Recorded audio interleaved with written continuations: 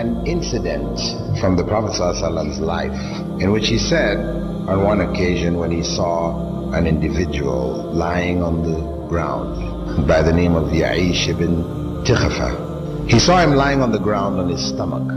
So he came and he nudged him with his foot. When he woke up and he looked at the Prophet ﷺ, he told him, this is the method of lying which God hates. People, commonly, they like to sleep on their stomach. And I know this is one of the etiquettes of sleeping in Islam.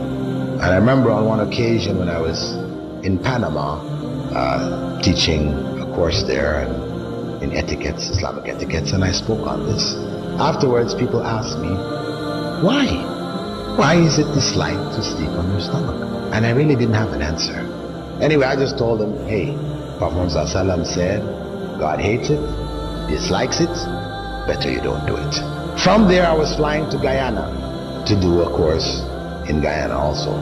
Whilst I was on the airplane, I was reading Time magazine. And this Time magazine issue was dedicated to the latest developments in spinal surgery. They were showing the latest medical hardware and how it dealt with the problems of slipped discs and crushed discs and the different operations they were doing, and they showed pictures of people's back cut open, and And at the end of it all, they had a list of doctors' recommendation to avoid spinal problems. Number one on the list was, don't sleep on your stomach. That was number one. And they went on to explain. They gave a whole explanation about it. Yes, the spine, heavy, bony structure, heaviest one in your whole body. When you sleep on your stomach, everything in front of it is soft tissue, soft organs. Your intestines, your stomach, your lungs, all of this is soft. So what happens is that the spine sags downwards. And this is what contributes to the exaggerated, what they call lumbar curvature of the spine. The old people, they're walking around, their backs are like this. This is from this. Yeah, they pointed it out. Furthermore, I said, mashallah, that was something.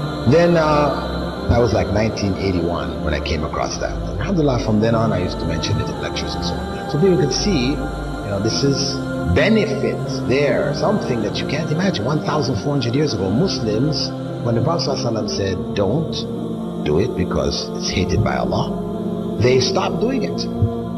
Though they used to like to sleep on the stomach just as we do. And over these 1,400 years, they benefited.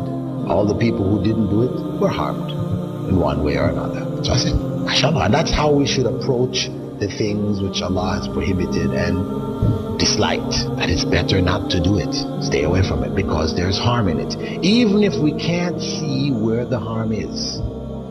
Anyway, in 1989, I read an article which appeared in the British newspapers that scientists, medical scientists, studying a particular illness which seemed to be affecting small children, 1-year-old, 2-year-old, 3-year-old kids, put to sleep in their cribs. They die in their sleep.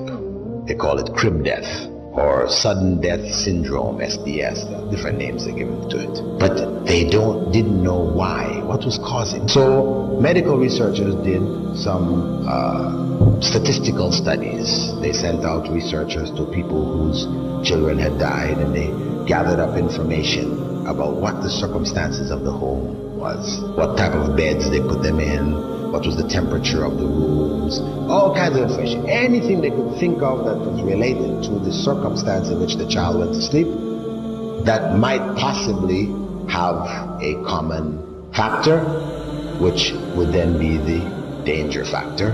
When they fed this stuff into computers, correlated the results, up popped what? Children being put to sleep on their stomachs.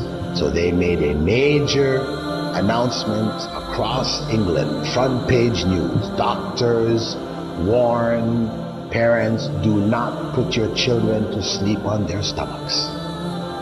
Anyway, the point is that 7 years later, in 1996, the researchers, after making this a standard part of, you could say, the information given to people who just had children, this kind of stuff, hospital information, advising parents don't put your children to sleep on the stomach.